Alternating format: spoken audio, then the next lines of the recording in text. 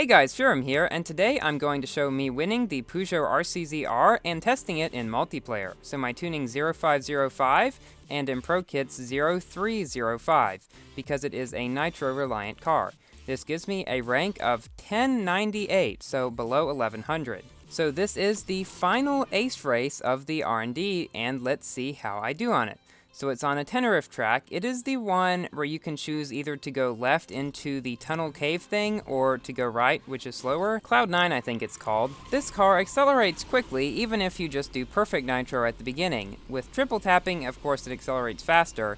But even with this car's stellar nitro efficiency, I figured it wasn't a good idea to triple tap at the beginning, because as you can see, I barely got to that ramp before I ran out of nitro almost. And I wish they would not put other traffic on the AIs. That is always kind of annoying. So coming up here is the choice whether to go left into the cave or to go right, and I decided that I was going to try to go left into the cave, because it is faster by a second or two, and I want to show you guys how to do it. Now, it's a lot easier in a car than in a bike. You guys remember that bike cup recently with the Ducati 1200 Monster or something on this track? In this cave, it was such a pain to get through because it would keep going to the sides randomly and wrecking. But you can see here, in a stable car like this one, it is actually quite easy. You just drift punch, and as long as you have nitro, it's not a problem. And because of this car's very good nitro efficiency, like I said earlier, it's quite easy to get through the tunnel with a slow car like this. Definitely not something you want to attempt in multiplayer with a faster car until you get familiar with it, but once you do, it can be a very easy way to get ahead of your competitors who may not be comfortable going that way. So we are now coming up to the finish line and beating the AI with a very low tuning, less than 100 rank above this car's stock rank of 1016, I believe. It's somewhere around there. So I beat the AI by about 5.5 seconds or so. You'll notice he did not take the cave route, and now I get my rewards. 50 tokens, 16,000 credits, and my last 3 blueprints for this car. Now when I opened it, it only gave me 2, and I had 7 out of 8, and I was thinking I had been missing one somewhere, but in reality, I just didn't have enough storage space to open the final one.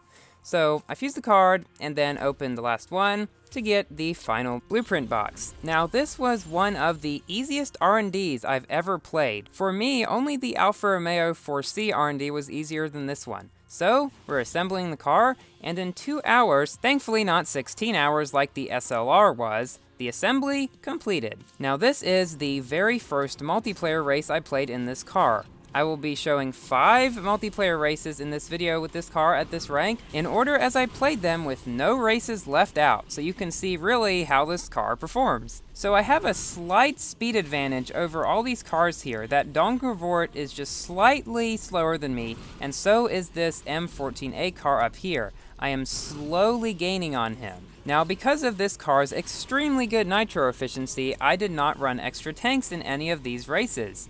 And it didn't really suffer much because of it, and I've passed that M14A now. I think he may have run out of nitro, and I didn't go up the barrel roll because, well, I really didn't need any more nitro. So coming up around this corner is a building where you can either go on top of it or go inside of it. Now, I found that if you're in a car going over 230 miles per hour, you can do this and make the jump. But if you're going slow, you must flat spin so as to not hit it in the middle and wreck. I've done that in this car in this R&D. So if you're going about this speed and you go down in there, just flat spin so you don't have to worry about hitting it in the middle and crashing. So with the other cards hot on my tail, I have managed to get first because of my very slight superior speed to them. But keep in mind, at this rank, the M14A isn't a good multiplayer car, and the Donkervoort isn't really good at any rank. Now, I'm not really sure what happened to the Range Rover. He was triple boosted and higher than me. I think he must have tuned badly, because usually the Range Rover's a lot faster than this car at this rank. So now for a race on Tokyo against another Peugeot, and that same M14A. So I start up faster than him, but for some reason I was not able to knock him down, and as you'll see at the end of the race, he's actually a higher ranked one.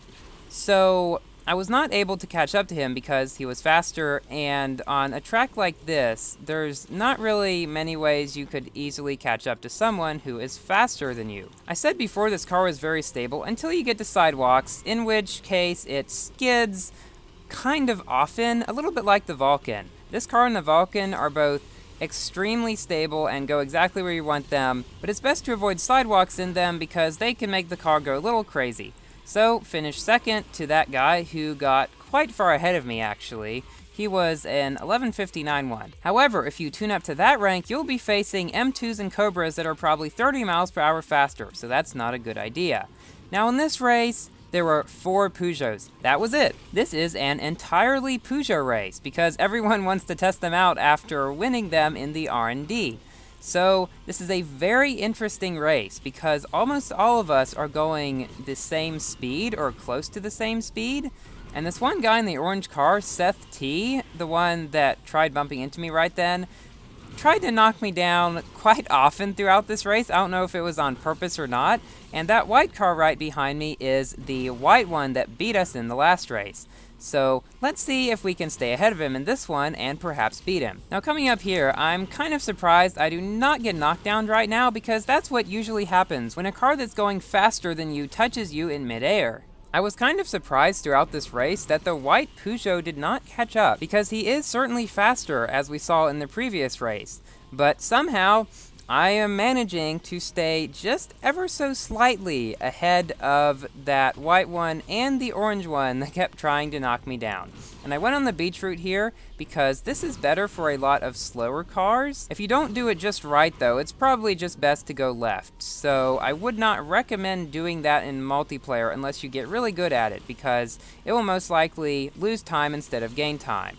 Now, since I micro-drifted around the corner, I got around better than the other two, and finished second. So, the first guy was a triple-boosted higher-ranked one.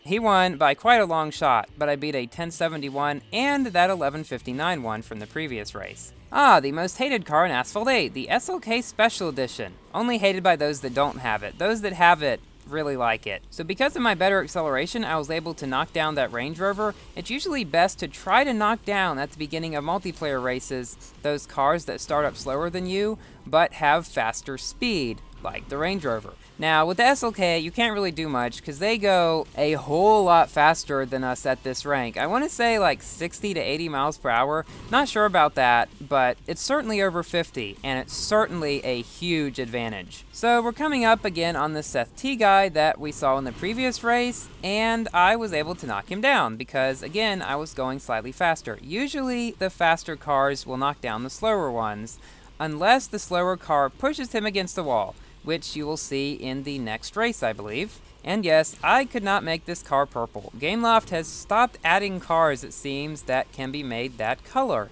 Hopefully there will be some in the next update, though. We can hope, guys. Also, you'll notice that most of the races in this video are in one lap. That's because the Peugeot is such an acceleration-oriented car that one laps are very good for it. So that's why all the Peugeot drivers vote one lap, and that's usually what wins because there's a lot of Peugeots around here. So, that slightly higher SLK beat us, but generally, this is pretty good matchmaking, which you wouldn't get if you tuned higher. Now for a race against, guess who? It's the orange Peugeot again. Let's see how this goes. And there is also a Range Rover in this race as well. Now up here, this Seth T guy deployed a smart tactic and squished me to the side and knocked me down that way. That's one of the only ways a slower car can knock down a faster one. The only other way to do that I can think of right offhand is by landing on top of them, but that will not happen very often. However, it did happen in my Camaro video recently, so check that out if you'd like to see an epic landing on someone knocked down. So coming up here, that Seth T guy wrecked. And that other black car right ahead of us is the Mitsubishi Eclipse. It is 2,300 tokens, and at this rank it's not very good in multiplayer. Now, when tuned for speed, the standard 05005050 tuning, it can do decently in multiplayer. If I decide to buy it, I will certainly make a multiplayer video about it. So now we're coming up to the 3 S-curves on Monaco. Now, the best way to get around it in this car, as you can see here, is by micro-drifting. Very, very quick drift punching, basically. It involves quickly drifting and firing nitro over and over again. Dr. Illusion was one of the first players I know to use it a lot, and since I have found that in certain cars it does work better than the standard drift punching. So that Range Rover is far gone at this point. As I've said before, they have better speed at this rank, and so do 959s and GLC Coupe, which by the way I will be making a video about pretty soon. And so, yes, we have finished second to the Range Rover, but ahead of the other Peugeot and the Mitsubishi Eclipse. Interestingly enough, that is the exact same Range Rover that we beat earlier on San Diego Harbor in the first race. Now for the final race, which is on Alps against, you guessed it, an SLK, which you can see back there. Now, this is a little bit interesting at the beginning because I start up faster in this SLK, but then he comes up quickly and knocks me down by landing on top of me. But then he gets stuck up against a wall or something, and then he gets knocked down. And yeah, I'm not exactly sure what happened to him back there. Maybe he got the curse of Alps Reverse, where when you land from flat spinning there a lot of the time, you just kind of stop spinning and crawl to a stop and go up against the wall. I bet that's what happened actually. But now, because they have so great speed, he now knocks me down again. And pretty obviously, I'm not able to catch up to him again for the rest of the race.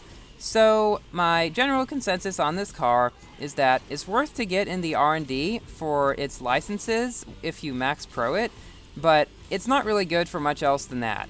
While it seems to do okay in multiplayer, I didn't come up against a 959 or an M2 that would most certainly beat it. So yes, max pro it, get its licenses, and leave it in the garage. That's what I'd do. So thank you all for watching. Please like the video if you enjoyed it and found the tips in it to be useful, and please consider subscribing and turn on notifications so you can see my Asphalt 8 videos right as they come out. And I will see you later. Goodbye.